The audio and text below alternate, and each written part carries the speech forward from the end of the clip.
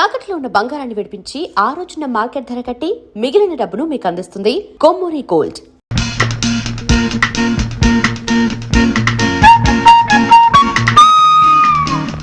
పంకజం, తీయటి నిద్రలో కనిపించే అందమైన స్వప్నం లాంటి అందగత్తె నాకు నచ్చింది. నా మనసు మెచ్చింది. పరశురాం బాబు, తమరికి మాయ ఉందో మంత్రం ఉందో తెలియదు గాని ఎవరు చెప్పకుండానే దాని పేరు స్వప్న అని చెప్పేశారు మీరు.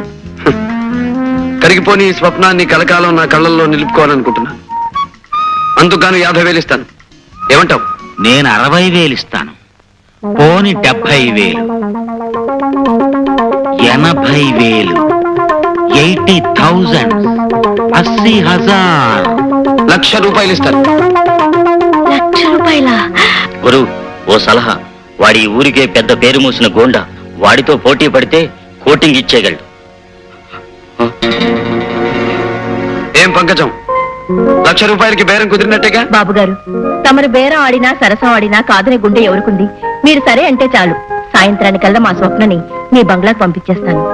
పంకజం, అందమైన కళ ఆనందమైన సమయంలో వస్తేనే అందం చందం. 4 రోజుల్లో రాబోయే నా పుట్టినరోజు నాటికి స్వప్న నా కానుకగా అందాలి.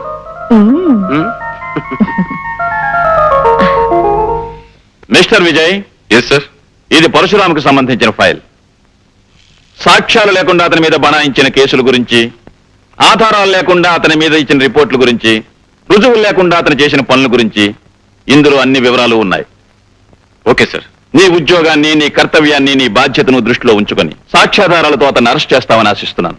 ఈ బాధ్యత నిర్వర్తించడంలో అవసరమైతే నా ప్రాణాలు సైతం లెక్క చేయనని ప్రమాణం చేస్తున్నాను sir. Best of thank you sir.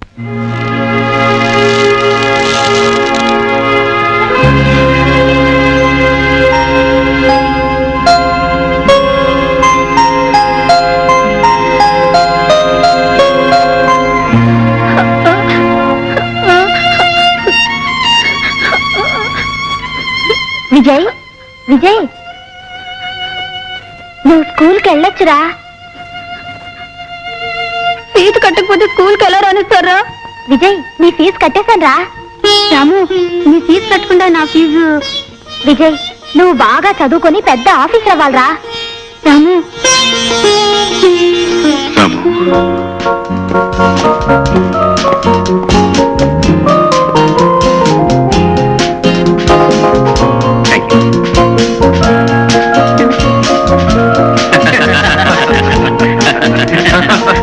విషయం విజయ్,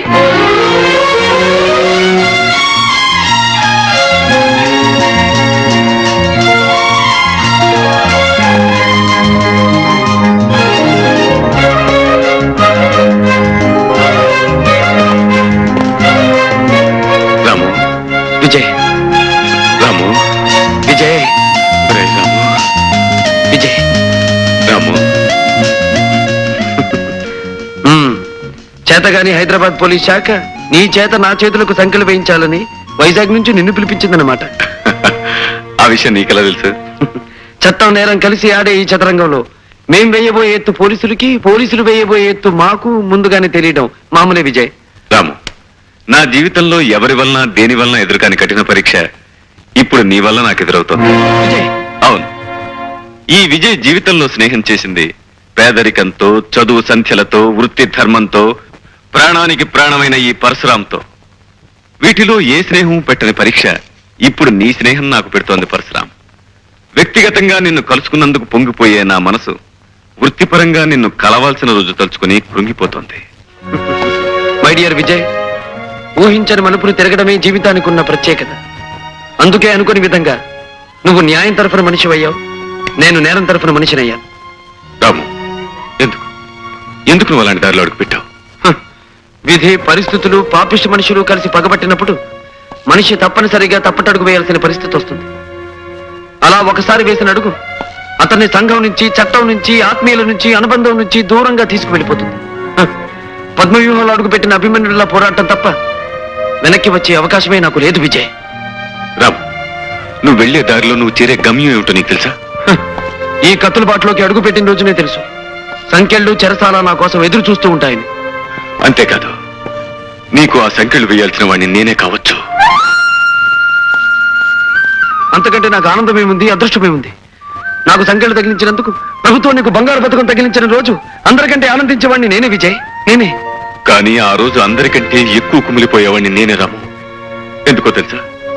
పసితనంలో నాకంటే చిన్నవాడివైన నువ్వు బరువులు మోసి, బళ్ళు తోసి, రూపాయి పోగు చేసి నా పరీక్షలకు ఫీజు కట్టి నన్ను చదివించావు. ఆనాటి నీ కష్టమే ఈ రోజు నా కాకి యూనిఫామ్ కట్టబెట్టింది. ఆ రోజు నీ శ్రమే ఈ రోజు నన్ను ఇంత ఆఫీసర్ని చేసింది. నువ్వు వెలిగించిన దీపాన్ని రాము, నువ్వు వెలిగించిన దీపాన్ని. అందుకే నీ మీద నాకు స్వాతంత్రం ఉందని నమ్ముతూ నిన్ను ఒక మాట అడుగుతా విజయ్. అదేమిటో తెలుసా? నా కష్టంతో నీకు కానుకగా అందించిన వృత్తికి, ఉద్యోగానికి ఏనాడు నువ్వు అన్యాయం చేయకూడదు. అంతేకాదు, ఏ సమస్య వచ్చినా, ఏ పరీక్ష వచ్చినా నీ బాధ్యతను నువ్వు నిర్వర్తించాలి. అలానే నాకు మాటి విజయ్, మాటి. తప్పకుండా నీకిచ్చిన ఈ మాట నిలబెట్టుకుంటాను.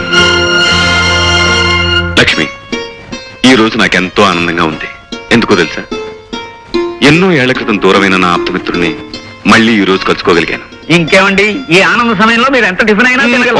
ఒకటి చాలు. ఎవరండి అతను? ఈ రోజు మనం ఇంత తిండి తింటున్నామంటే అందుకు కారణం ఆ మనిషి లక్ష్మి. మేం మనుషులం వేరైనా మా మనసులు ఒక్కటే. గొప్పగా చెప్పారండి. నాకు మనిషి మనస్సు ఒకటే టైపు ఎవడైనా ఈ పాటికి దొరుకుంటే బాబు స్నేహం చేసేసి ఉండేవాడిని. అసలు స్నేహం అంటే బాబు, డింబు, నీకు ముందు తెలియాల్సింది స్నేహం అంటే ఏమిటో కాదు, చట్నీ అంటే ఏమిటో తెలియాలి. కొబ్బరి పచ్చడి చేసే విధానం ఇదేనా? ఇదో విధానం అమ్మా. ఇంకా 2-3 విధానాలు ఉన్నాయమ్మా. నిదానంగా చేసి తినిపిస్తానమ్మా. అసలు కొబ్బరి చట్నీ ఎన్ని విధాలుగా చేయవచ్చు? నువ్వు కబుర్లు కట్టి పెట్టి ఇందాక నేను ఇచ్చి లిస్టు తీసుకుని బజార్కెళ్ళి సామాన్ తీసురా. వెళ్ళు. అలాగే అమ్మా. ఆ ఉపాహారంలో ఉప్పు కారం ఎక్కువైనాయని వదిలేయకండి. అవి రుంబు. పెడుతున్నా. దుఃఖమ్మా, ఇంకో 2 దోశలే. వచ్చావా మావా? ఏమిటే, నన్ను చూడగానే నీ మొహం స్పెషల్ దోశ ఎంత అయిపోయింది? అవదటి మరి నేనేదో మనసెట్టుకున్న దాన్ని నిన్నే మనవాడాలనుకున్న దాన్ని. అవునవును. మనం జీవితాంతం జనము అట్లకాడలాగా కలిసి ఉండవలసిన వాళ్ళం. ఏది 2 దోశలు పడాయి. తిను మావా. మావా, నన్ను కట్టుకుంటే నా దోస్త్ తింటూ నాతో ఉంటూ బతుకంతా చక్కగా గడపొచ్చు. అరంగుళం మందాన 6 అంగుళాల కైవారం ఉన్న నీ దోశకి అలవాటు పడ్డవాడిని నిన్నుగాక ఇంకెవరిని చేసుకుంటానే. మనం తొందరగా మనవాడేయాలి మావా, లేకపోతే నా కాడికి దోసుకొచ్చిన పెత్తి అదవా దొంగ సుప్పు చూస్తున్నాడు. ఏంటి ఆకలితో వచ్చిన వాళ్ళు దేని సుత్తారో తెలియదేటి. అయితే మనం అర్జెంట్ గా మనవాడేయాలి. మన దోశను మనం కాపాడుకోవాలి. అయితే మావా దోశను లాగి చెయ్యి. నీ అమ్మ చెమ్మ చెక్క. వ్యవహారం కాస్త కష్టమైందే కానీ ఫలితం గురించి ఆలోచిస్తుంటే మనసు పరమ ఉత్సాహంగా ఉంది మస్తా. పరశురాంకి సంబంధించిన సరుకు మీద చేయి వేస్తే చాలా ప్రమాదం అనుకుంటాను జాకీ సాబ్. కొడితే ఏనుగు కుంభస్థలాన్ని కొట్టాలి, కొడితే పరశురాం సరుకునే పట్టాలి. నీ అమ్మ చెమ్మ చెక్క. ఆ సరుకు ఎక్కడ దిగుతోంది?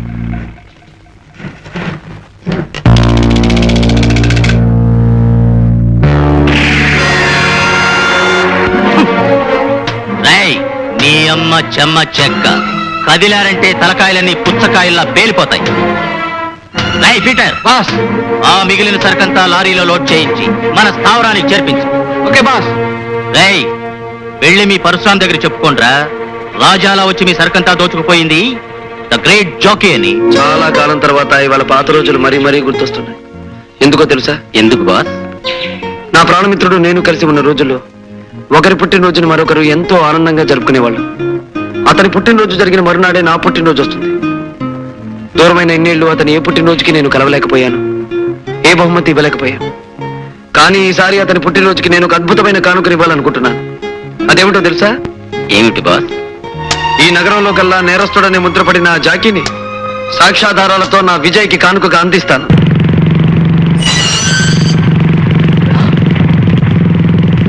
బాస్, ఇన్స్పెక్టర్ వస్తున్నాడు.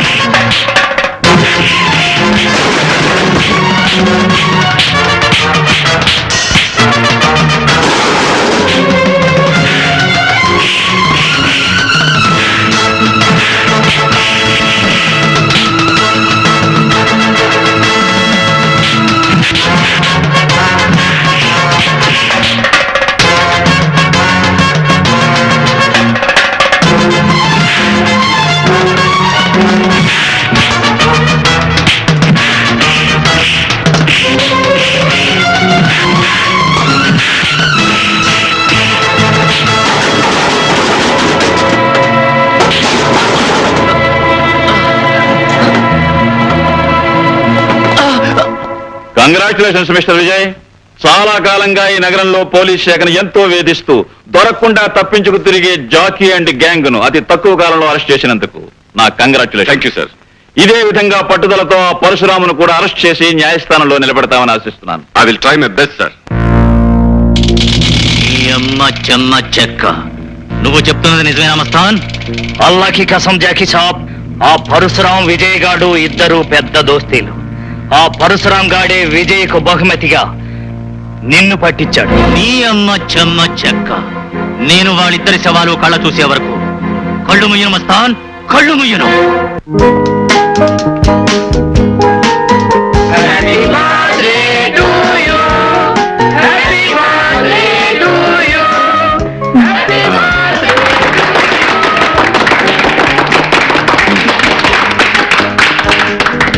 మీ వదిన క్యాండిల్స్ ఎక్కువ పెట్టేసిందమ్మా. 4 తెగించాలి.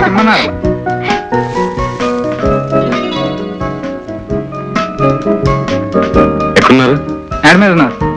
పద. Hi hi Ramu. Vijay, many happy returns of the day. Thanks రా. Thank you very much. సరే, హాల్లోకి రాకుండా ఎక్కడేం చేస్తున్నావు? కమా. వద్దు విజయ్, వద్దు. నువ్వు లా అయితే నేను అవుట్లాని, నీది ఉత్తర ధ్రువం అయితే నాది దక్షిణ ధ్రువం. అక్కడ నీ స్నేహితులు, తోటి అధికారులు, పై ఆఫీసర్లు ఎంతో మంది ఉంటారు. వాళ్ళ మధ్యకి నీ స్నేహితుడిగా నేను రావడం నీకు మంచిది కాదు, నాకు మంచిది కాదు. ఏమంటావు? It's all right. నీ ఇష్టం. కేక్ తీసుకొస్తానండి. వద్దు విజయ్, ఏం వద్దు. నాకు చిన్న కోరిక ఉంది, తీరుస్తావా? అదేమిటో చెప్పు రాము. మహాలక్ష్మిలా కనిపించే చెల్లెమ్మ ఒక తీయటి పాట పాడితే వినాలనుంది. నా కోరిక తీరుస్తావా విజయ్? తప్పకుండా లక్ష్మిని పాడమంటాను. ఫ్రెండ్స్ అండ్ వెల్ విషర్స్, నా పుట్టినరోజు సందర్భంగా మా శ్రీమతి ఒక పాట పాడి మిమ్మల్ని అందరినీ ఆనందింపజేస్తుంది. నాకేం పాటలు వచ్చండి? పర్వాలేదు, ఏదో పాట పాడు. వద్దండి ప్లీజ్, అది నా పాడాలి ప్లీజ్. తప్పదు. ఇదిగో.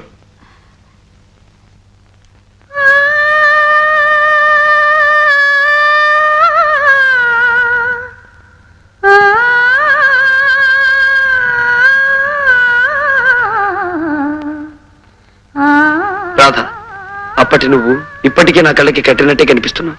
రాము, రాము, ఇంతలోనే ఎక్కడికి వెళ్ళాడు? Hello, Parashuram speaking.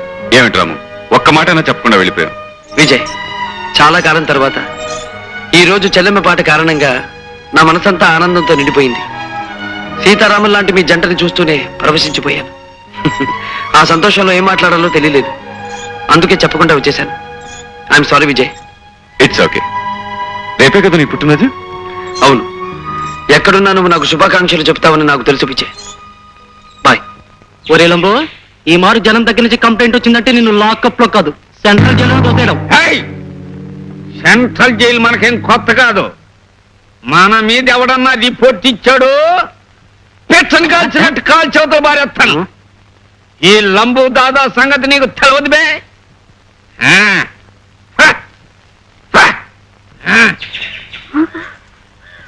వెళ్ళిపోండి. ఏ పిల్ల, మనకు దోషై. ఏటి బావు, నన్ను తమాస పట్టిద్దామనా? యాస మార్చేసి మాట మార్చేస్తున్నావు. ఏయ్, నేనెవరినో నీకు తెలుసా? నా తలదేటి, నువ్వు ఎన్ని ఆశాలు వేసినా నేను క్షణంలో తెలుసుకోగలను. నన్ను కట్టుకోబోయేవాడివి, నా దోశ అంటే ప్రాణం పెట్టేవాడివి, నా చేతి చట్నీకి సంబరపడిపోయేవాడివి. ఇదిగో నీకోసం రెడీగా ఉంచాను, తిను మావా. ఏటి మావా అలా చూస్తున్నావు? నా చేతితో పెడితే కానీ తినవా? పెట్టు పెట్టు. మావా, మన మనువు ఎప్పుడు? ఎప్పుడేటే పిల్ల, మనం ఎప్పుడు ఎవరెడీ, ఈ రాత్రికి రెడీ. ఏటి మావోయ్ ఇవాళ ఇంత ధైర్యంగా చెప్తున్నావు? ఇదంతా నీ దోచి మహిమే. అబ్బా ఊరుకో మావా, మంత్రి గారితో చెప్పి ముహూర్తం పెట్టించు. తగలేదే కోణ. అబ్బా మావా, మావా, చుక్కమ్మ, దోశల చుక్కమ్మ, మావా, నువ్వు పెట్టే దోశలు తిని నీ తల్లో పూలు పెడదామని వచ్చానే చుక్కమ్మ. ఏటి మావా ఇంతలోనే యాస మార్చేసావు? ఇప్పుడేగా రౌడీలాగా వచ్చి అబ్బా బుగ్గ గిల్లెళ్ళావు. రౌడీలా రావడం ఏమిటి వెర్రి మొహమా? నేను వచ్చింది ఇప్పుడేగా. పద పద ముందు దోశెడుదు గారి. ఊరుకో మావా, అమ్మంతో 6 దోశలు మింగేశావు. ఎప్పుడు లేంది. అబ్బా నలిపి నలిపి. ఏమిటి పోలేది? నేను చాలా ఊరుకో మావా, కొత్త సరస నువ్వును. కొత్త సరసమా? రౌడీగాడా?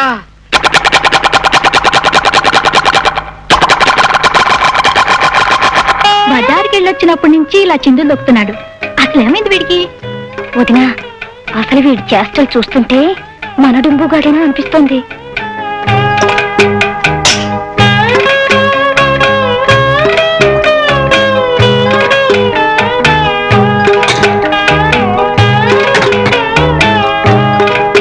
అయిపోయింది, అంతా అయిపోయింది. నా పని పూర్తిగా అయిపోయింది. నేనేం పాపం చేశానని అందరూ నన్ను ఇలా అనుమానిస్తున్నారు. అమ్మగారు మీరైనా చెప్పండి, నేనే కదా. అవును, నువ్వేగా. చిన్నమ్మగారు మీరు చెప్పండి, నా మొహన్ నాదే కదా. నీ మొహం నీది కాకపోతే ఇంకొకటి ఎలా అవుతుంది? నా మొహన్ నాదైనప్పుడు నేను లేకుండా నా మొహన్ లాంటి మొహంతో మరోడు ఉండటానికి ఎలా వీలవుతుంది చెప్పండి. డొంబు, నీకేదో గాలి సోకినట్టుంది. కాసిన మిరపకాయలు దిష్టి తీసుకొని మూల కూర్చోయిపోటికి. అసలు నా పరిస్థితి మీరు అర్థం చేసుకోరు ఏమిటండి? ఈ కత్తి లాంటి కత్తి ఇంకోటి ఉండొచ్చు, ఆ గిన్నె లాంటి గిన్నె ఇంకోటి ఉండొచ్చు, కానీ నా మొహన్ లాంటి మొహం ఇంకోటి ఉంటుందా చెప్పండి. వదినా, నువ్వు చెప్పినట్టే వీడికి ఏదో అయింది. దుంబు, దిష్టి తీసుకున్న తర్వాత కొంచెం మిరియాల కషాయం, నిమ్మకాయ రసం కూడా తీసుకో, పిచ్చి కుదురుతుంది. కర్మ! రా వదినా. కర్మ! వీళ్ళు చూస్తే ఇలా అంటున్నారు, బజార్లో వాళ్ళు చూస్తే అలా అంటున్నారు. ఏదో జరుగుతుంది, అదేదో నేనే తెలిసేసుకుంటాను. Happy birthday to you boss. 1000 ఏళ్ళు మీరు చల్లగా బ్రతకాలి. బ్రతికే ప్రతి క్షణం ఒక సమస్యగా, ఒక సంఘర్షణగా ఉండే ఈ కాలంలో 1000 ఏళ్ళు ఎందుకు బ్రతకడం కేశవ? మీకోసం కాకపోయినా మీ నీడలో బ్రతికే లక్షలాది పేదవాళ్ళ కోసమైనా మీరు 1000 ఏళ్ళు చల్లగా బ్రతకాలి. భోజనాలు కానీ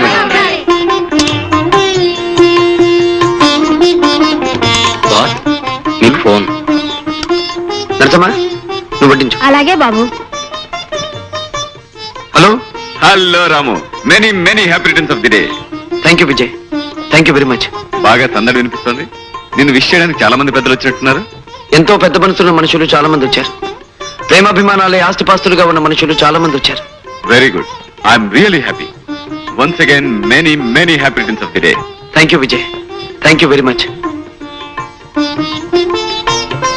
మీరు అనుకుంటున్నట్టు స్వప్న ఈ రోజు ఇక్కడికి రావటం లేదు. ఏ ఎందుకని? మీరు చెప్పిన దానికంటే ఎక్కువ సొమ్మిచ్చి భుజంగరావు ఆమెను తన బంగ్లాకి తీసుకెళ్లిపోయాడు.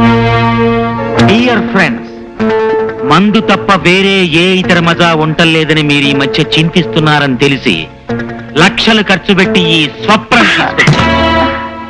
ఇది మీ అందరికీ వరుస క్రమంలో రోజుకో స్వప్నం చూపిస్తుంది. ఆ తర్వాత దీనికి ఈస్ట్మన్ కలర్ స్వప్నం నేను చూపిస్తాను. వండర్ఫుల్ భుజంగరావు, ఇలాంటి ముచ్చటైన ఏర్పాట్లు చేస్తావు కనుకనే నీతో బిజినెస్ కైనా పార్టీకైనా మేమంతా పరిగెత్తుకొస్తాం.